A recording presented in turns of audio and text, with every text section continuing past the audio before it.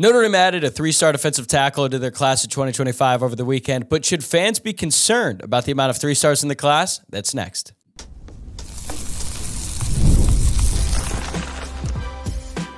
You are Locked On Irish, your daily podcast on the Notre Dame Fighting Irish. Part of the Locked On Podcast Network, your team every day. What's going on, and welcome into Locked On Irish, your daily Notre Dame podcast. Today is Thursday, May 23rd, and thank you for starting your day right here by making this your first listen of the day.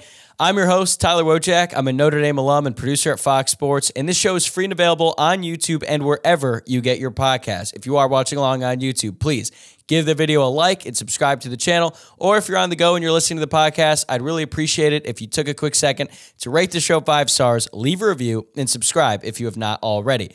Today's episode is brought to you by FanDuel. Make every moment more. Right now, new customers get $150 in bonus bets with any winning $5 bet. That's $150 with any winning $5 bet. Visit FanDuel.com/LockedOn to get started. Okay, let's talk some recruiting. In just a moment here, I'm going to be joined by Locked On's recruiting insider Brian Smith to do a deep dive on Notre Dame's defensive line class in 2025. In case you were not aware, the Irish landed a commitment from three-star defensive tackle Gordy Sulfsted on Sunday. Gordy's a nice prospect. He comes from a really good program in Cincinnati St. Xavier, but Gordy's surprise commitment led to a big reaction from the fan base on social media and on message boards over the past few days because there are a lot of fans who are not happy with the amount of three-star prospects that Notre Dame is taking in this class, especially on the defensive line. So I wanted to take this opportunity to dive into this situation with Brian and figure out if all this criticism is really warranted. Check it out. All right, we had him on last week, and he was kind enough to join me once again today to talk about the state of Notre Dame's D-line recruiting. It's Locked On's very own recruiting insider, Brian Smith. And let's start with this. Ever since the Irish picked up a commitment from three-star defensive tackle Gordy Sulfsted on Sunday, a portion of the Notre Dame fan base has been quite upset about the total number of three-star prospects in this class, but specifically on the defensive line. It's gotten to the point where I actually feel kind of bad for Gordy. I don't know if he's seeing any of this because it's not his fault, and the criticism isn't even really specific to him, but rather the unit as a whole. So let's just focus on Gordy here for a second. What do you see from him on film? A couple of things stood out to me that were a little bit surprising. He does play at St. X in Cincinnati, which helps. It's Rocky Boyman's old high school. I think he's a kid that has really good length. Like his arm length is not normal. And number two, for a guy his size, he plays basketball, etc., he's able to change direction really well. He'd probably weigh 270 or more right now if it wasn't for the fact that he's a basketball kid. That's going to go away and he'll add more weight. He's 240 to 250, somewhere in that range right now. But he's a guy that can change direction and chase somebody down, unlike guys that are projected at D-tackle. Most of those guys are straight ahead. Gordy could probably play strong side end in some capacity, but Notre Dame thinks long-term he's a 3-tech.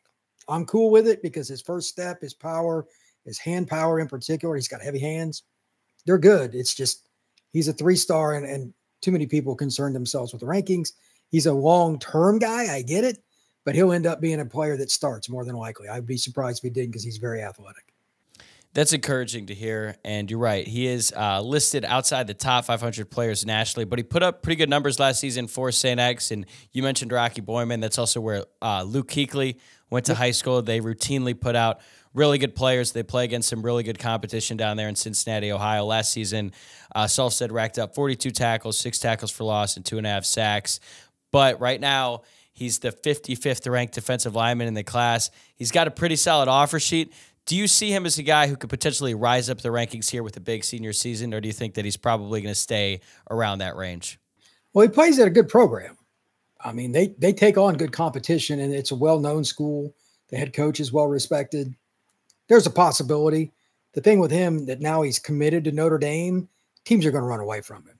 It'll be hard to get stats. To put it in comparison, even in his own team scrimmage, I went to see a player earlier this spring that I think might be the best player in the country, defensive lineman. He had 0 tackles in that because the other team, they split him in teams. The other side didn't run out. He had 0 tackles. He's committed to this other guy, has an offer from 50 schools. Nobody wants the guy that's going to Notre Dame to beat him. So it's going to be hard for him to go up the rankings from that perspective. Justice Terry, who just went through that, I have a feeling that Gordy Sulfsted will too. Are they going to be able to move him around enough? They do that somewhat already, But if they lock him into one spot, teams will run away. So his stats will be hard. Hopefully he gets some flash plays at least. Yeah, I saw an interview he did with Kevin Sinclair, I believe it was, from Irish Illustrated. I want to make sure I have that right so I give the proper credit, where he said that Ohio State was recruiting him to play tight end. So, yeah. I mean, you look at his frame, it makes sense. He's like 6'5", 240 pounds. You mentioned the fact that he plays basketball. He's light on his feet, all of that. Why do you think Notre Dame projects him to be a defensive tackle once he gets to college? Basketball. You can't find enough guys that move like that has his frame and his change of direction. If he was going to play tight end at Ohio State, he was going to be a 275, 280-pound tight end. Because you can I know this sounds goofy. He's thin at 240 or more. That's okay. He's just a big, broad-shouldered kid that has plenty of weight, and he's twitchy for his size. This is the kind of kid that Jim Tressel recruited in his early days at Ohio State and built the program to kind of get it to where then Urban took over, et cetera. They had a lot of guys like this. They redshirted, and one with juniors, seniors, fifth-year seniors, kind of like this. Gordy's a guy I don't expect to play as a freshman at Notre Dame. Might play a little as a redshirt freshman, but his third year he'll be competing, I think, for a two-deep spot. That's okay. Jason Onye kind of situation. He was 250 or so about this time when he was being recruited. Then he committed to Notre Dame. He was about 260 or so. It's the same deal. It's just he's later in developing the overall body mass. Who cares? He doesn't even have a gold helmet yet. It doesn't matter. It's the end product that you're worried about, not where he's at right now.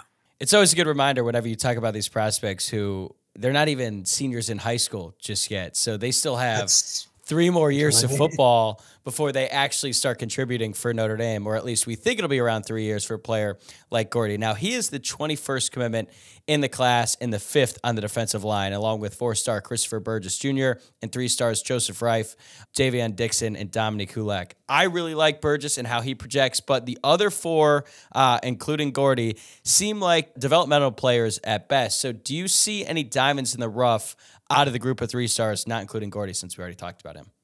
I would say, Burgess is a stud. I'll talk about him in a second. I think he's an NFL player, but Hulek's the one that is the most unique to me because his high school program, I forget which school it is, but they move him at linebacker, outside, tight end, hand down. He plays all over the place, which benefits him as an overall football player. But Notre Dame has at least sort of kind of pegged him for that Viper spot. Can he play it? Probably. He's pretty twitchy, but I don't know if his frame is going to stay light enough. That's the same thing with Burgess. They're both candidates for it. You need at least one of them to play it, though. You can't go any class without Vipers, not in today's pass-happy college football world. I think that is as much the concern that I have with the class as anything. It's checkbox. Did you get somebody that can dip his shoulder, tell the offensive tackle he's going to speed rush him and do it anyway? Right now, I don't know. Burgess is 240, UX 230-ish. Can they stay under that 250 mark, which most guys are? Reef's a guy that will eventually be a swing guy, strong side end, and play defensive tackle. And then Davion's a pure interior player, can play nose or 3-tech. He just needs to redistribute weight. He's really strong. I've met him and seen him work out. That's a powerful kid. So they have guys for spots. We just need to find the guy that's going to be the definitive Viper. That's the biggest concern because Burgess is a freak. Burgess is a freak. Hulek goes to Immaculate Conception in Elmhurst, Illinois. Yeah. Why do you like Burgess so much? Like, I agree with you for the reasons you just mentioned, but you said future NFL guy. Obviously, that's going to jump out a little bit. I was laughing. I think it was 24/7 or somebody has him like 160, 180. Next time I see Andrew, I'm going to have to yell at him. But like, there are just certain kids, their length is different and their change of direction is different, et cetera. That are 6'3 plus. Burgess is a very long kid. Like his arm length reminds you of an NBA wing player. Like his arm length is ridiculous. They play him down a lot, but he could play edge because when he chases a screen down or a mobile quarterback, a toss sweep, he's running down guys that weigh 50 to 75 pounds less than he is. And he's cool with it. He gets there and they go to the ground. Like he's heavy with his hands when he hits guys. And he also knocked down passes. He has all the traits. Now it's just, again, how big does he get? Most guys that weigh 235, 240 in high school do not play Viper. They outgrow it. He's so twitchy, he might be able to play it at 255, 260. I'm not saying he's a certain guy that got drafted in the second round by the Saints, but he's got a frame that's kind of like that. he was 230 pounds coming out of high school and he stayed there. You got to be a really special talent to play that spot, though. They ask you to drop, take on 320-pound guys, chase down running back. It's a really unique position. Very few people have the physical intangibles to do it. I think he's one that might be able to. And if nothing else, he'll be a strong side end, and that's fine too. Notre Dame needs plenty of those as well. We'll be right back with Brian to talk more about Notre Dame recruiting, but I wanted to tell you about Yahoo Finance. When it comes to your financial future, you think you've done it all. You've saved, you've researched, you've invested all that you can. Now you need to take those investments to the next level by using what every financial great uses, Yahoo Finance. For more than 25 years, Yahoo Finance has been the brand behind every great investor. Whether you're a seasoned investor or you're looking for that extra guidance, Yahoo Finance gives you all the tools and data you need in one place. They are the #1 finance destination, producing a holistic look at the financial news cycle, including breaking news, original editorial perspectives, analyst ratings, independent research, customizable charts, and so much more. Securely link your brokerage accounts for a unified view of your wealth, including 401k and other investments. A comprehensive perspective is what sets apart great investors, and it's how Yahoo Finance ensures you have the insight to look at your wealth in its entirety. With a community of over 90 million users each month, their real strength is helping you on your way to financial success. For comprehensive financial news and analysis, visit the brand behind every great investor, yahoofinance.com. The #1 financial destination, yahoofinance.com. That's yahoofinance.com. Yeah, I think when you look at the group as a whole, Burgess is the clear leader. He's the most talented, probably the most ready to play once he gets to Notre Dame, even if it does take him a couple of years before he becomes a real contributor for Notre Dame. But when you look at the other guys, you and I talked about this a little bit before we started recording, and you said that most three-star defensive linemen don't end up being like the guy. They don't end up being a stud player. Now, there's obviously some exceptions. Howard Cross, for example, I think he was a high 3-star, but it's not necessarily the rule. So I don't think the coaching staff shares that mindset about all of these guys, or else they probably wouldn't accept all of their commitments. So what do you think their plan is? Or maybe a better way to phrase that is, what do you think the staff sees in these specific players outside of Burgess, because we know about his traits and all of that, but the 3-stars, what do they see in them that leads you to believe that they could develop into legit dudes once they get into college? UX, the guy I think everybody's higher on than what the recruiting services are currently. And just as a refresher, these are Chicago kids. They don't get the same recruiting attention. There's none of the scouts live in Chicago, except for Lemming, who recently talked about Hewitt, thought he was really good. None of the current guys on the internet live up there. They don't. So nobody sees him. They're not going to rank kids up, especially bump them a lot, unless they see him live. Your location is everything. Fair or unfair. Everybody lives down here where I'm at. Alabama, Georgia, Tennessee, Florida, maybe Texas, California. That's about it, because that's where most prospects are. So UEC and some of these guys, they need to have enormous senior years to move up.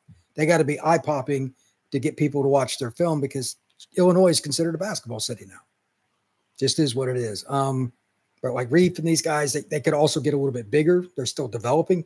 UX got a lot of room to grow. So they're going to look different in 6 months too when these classes are finalized.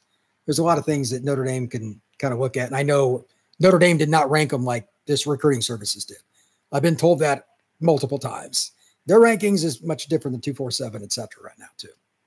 Yeah, and I think especially considering the fact that Notre Dame recruits these guys so early, their evaluations start very early on in their high school careers. And there are definitely some risks to that, because you better land that evaluation at a young age, which, less film, it's harder to make those correct evaluations, but that is their plan and that is their strategy, not just specific to the defensive line either. But I want to ask about Al Washington, because I know that a lot of fans are upset with him right now because it is his unit and they're taking a lot of 3-stars, but I also look at Notre Dame's current roster, and I just did an exercise a couple shows ago when I said I think the defensive line is definitively the best position group on this entire team. They have great frontline starters, great depth, and some young guys behind him. So I don't think he's a bad coach at all, but now he's under fire from some of the fan base. And I don't know if I'm ready to buy into that, because by all accounts, I don't think it's due to a lack of effort. It seems like Al Washington really busts his ass in the recruiting trail, despite the fact that he doesn't have the high-end guys to show for it, at least in this most recent recruiting class. This is a very complex answer. There's a lot of parts to this, so I'll just break it down the best I can. Number one, the problem is you're thinking hopefully ULAC can be a Viper or Burgess can. They're not locks. That can never be the case. You need to have a deep board. And he's turned down, I won't get all the specifics, but he's turned down some other guys when I'm like, what? So evaluation is my concern, not recruiting effort. You got to be able to project guys. A lot of the kids that ended up being stars at Notre Dame on the edge, even Justin Tuck, he came in as a linebacker. You got to be able to figure it out. So I'm concerned about that. And then number two with it, the big problem, especially interior guys, I'm sure you're familiar with the portal, hearing all the rumors about the defensive tackles. Notre Dame doesn't pay upfront money for high school kids, just like big lump sums. That's just their policy. Well, I can tell you for living down here, you're done right out the gate for all the elite defensive tackles. It is over. Zero chance, no shot in hell. So either they adjust their policy, this is the way it's always going to be. I'm not saying I agree or disagree with it. I'm like, I know these kids. I have the off the record conversations. If you're offered six figures and sometimes high six figures, you're not going to Notre Dame. You're not.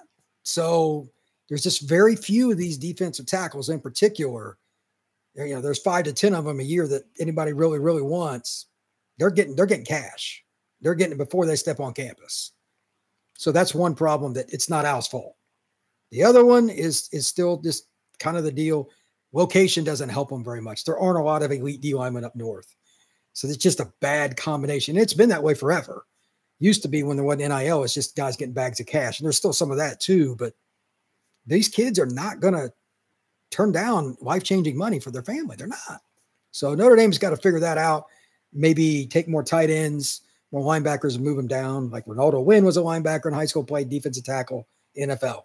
Guys get bigger. You got to make the projections, and that's a little bit of what they're doing. But can't have your cake and eat it too if you're not going to pay upfront NIL. That's really interesting because I think obviously every position on a football team is different. I think the personalities are different, but it seems like recruiting at specific positions is very different from one another. And I feel like when it comes to NIL, it feels like quarterbacks, edge rushers, maybe like the high-end receivers, they're going to garner the most upfront money. And Notre Dame has actually been recruiting the quarterback position really well lately during the NIL era, but they've struggled at defensive tackles. So how does recruiting a defensive tackle specifically, and we can include defensive ends in this as well, how are they different than everyone else? Is it just location and their price tag? Location is part of it, and it's just volume. Like quarterback, you can have a 6 foot, 180-pound kid that you redshirt and bring along. There are only so many guys that can move laterally and run over somebody like a Mack truck that come in at 280 plus. It is a low number. Supply and demand, brother. When you were at Notre Dame, I'm sure you heard that total or that comment a few times. It's never going away. If you look at since 2009, when Saban won it for the first time at Bama, he won one in 2003 or whatever it was at LSU, 15-year run. There are 5 schools that have dominated for the most part at defensive tackle. Those are also the 5 schools that are most prominent: Ohio State, Alabama, Georgia, Clemson, and who am I missing? LSU. Those 5 schools, you go look at the D tackle list, NFL, they're going to kind of match with who is in the playoffs. If you don't dominate at that spot, it's harder. And there's those schools for the most part, even Clemson right now, not because I still can't believe Dabo hasn't used the portal. Don't get me started on that. They've got 2 big-time defensive tackles committed. They're close to Clemson. D tackles don't go far from home. They're usually very family-oriented. Clemson's got that kind of program. I'm not buying that they're not getting some kind of money from Clemson either, whether it's from Dabo or not. That's another story. But D linemen are down south. Those kids aren't going to go up north very often. Ohio might have one kid. They'll go to Ohio State. And Ohio State will get, like JT, the kid, the defensive end that gave Notre Dame picks. He's from Seattle or whatever. They'll get some random kid. But they pay up front. Notre Dame doesn't. They have to find a way around this. There's no friendly here. You're not going to just 3-star it to death. They're either going to have to get a portal guy occasionally and pay, which they've done, or they're going to have to pay a high school kid. It's one of the two. Yeah, I get that. And Notre Dame has actually struggled a little bit at getting defensive linemen in the portal. Now, part of that goes back to the supply and demand thing. Everyone wants a really good edge rusher, and they all want good interior defensive linemen. But when I look at it, I try to make sense of the plan. I try to put myself in the coach's heads, and I try to think about, okay, they've struggled to land like the 5-star guys. They missed on Keon Keeley. They missed on Justin Scott. So If they're not going to land them, what can they do? Well, they could get these 3-star guys that they know they can get on campus and then hopefully develop them. And then when they're older, and I'm talking like senior year, 50-year senior, then they can come out and make a play. I mean, look at Notre Dame's current defensive line. It's 50-year senior, 50-year senior, 50-year senior, and then 60-year senior. So do you think that they're looking at their current defensive line and thinking, hey, this is pretty much how we're going to have to structure it going forward? We're going to have to take developmental guys, wait a long time, and then hopefully they hit later on. You can do that as long as you hit every year with those kinds of players. And Notre Dame probably can for the most part. I still say for the most part, 10 games on your regular season schedule, that's fine. A year that USC's good, or if you're playing Florida State or Miami, the way they're both recruiting, et cetera, some random guy, 3-star edge, is not going to get it done most of the time. You need somebody that Mel Kiper has on speed dial. So that's kind of the way that is. And that's why I brought up the point about the ability to go out and use the portal. Remember, now Notre Dame, until just now, they've got another portal quarterback. They spent a lot of money on the QB position. The way they're recruiting the high school kids, that can go away. That money should go directly into the D-line pile. This December, whoever the best D tackle is, if Notre Dame gets outbid, you should have a show that you do nothing but scream at that microphone, everybody on Notre Dame staff. I will be here to help you. They have the money. I don't want to hear it. Because even if they paid $5 million for a D tackle, which they wouldn't do, it would still be underpaying for winning a national title. They're not going to get a title until they have that guy in the middle. And they might have kind of got there this year. I mean, I don't think people realize how good Notre Dame's interior duo is. It's really good. But still, that's not the norm. You're not going to have that very often. Riley Mills is probably better than most teams' best D lineman, and I don't think he's as good as Cross. Like that's just my opinion. Still have a top 5 D line this year, but you're not going to do it that way year after year. You got to go out and get a guy that my guy's just better than you, and I'm going to blow up your guard and get in your quarterback space. It has nothing to do with coaching, just raw talent. If you don't believe me, go watch some of Georgia's film over the last 10 years. No, I agree with you. And if that situation does present itself where we got to come on here and scream for 30 minutes, you're welcome to join. Although I do hope that it never comes to that. And I hope that they're just able to get someone in the transfer portal, because you do make a great point. A lot of their NIL money, and Notre Dame has a really strong NIL foundation now. They're willing to pay guys, but a lot of that money goes to the quarterback because that's just sort of the way things are. And also, when you're looking at defensive linemen, both on the interior and on the edges, those are expensive guys as well. And when I look at just defensive line recruiting as a whole, as we start to wrap this up here, I know that there's been some concerns, but also it's not like Notre Dame hasn't landed some good defensive line prospects. Bryce Young looks like he's going to be an absolute monster. Logan Thomas has been hurt, but he was a great player out of St. Ed's. Boubacar Traore looks like he's ready to explode onto the scene as early as this season. So they've been struggling at defensive tackle. They've landed some really good players on the defensive end. And now I think, after the season, once a lot of these guys leave, we're going to start to see that a little bit more and more. Are there any other young guys on Notre Dame's roster that I didn't mention who you're particularly high on looking into the future? I mean, the group of sophomores, any of those sophomore kids they have could be an answer. The difference between a freshman DT and a sophomore DT is usually pretty big. A full year in the weight room, especially like Notre Dame's level, you're going to see body types change. You see those pictures on Instagram and Twitter before and after, that kind of stuff. I'm sure there's going to be some of that. And then also, just there's always a chance that somebody you didn't think is going to develop catches fire towards the end of his career. That happens. Frank Stamms was nobody as a fullback. Lou Holtz moved him to outside linebacker as a blitzer, and he was an All-American as a fifth-year senior.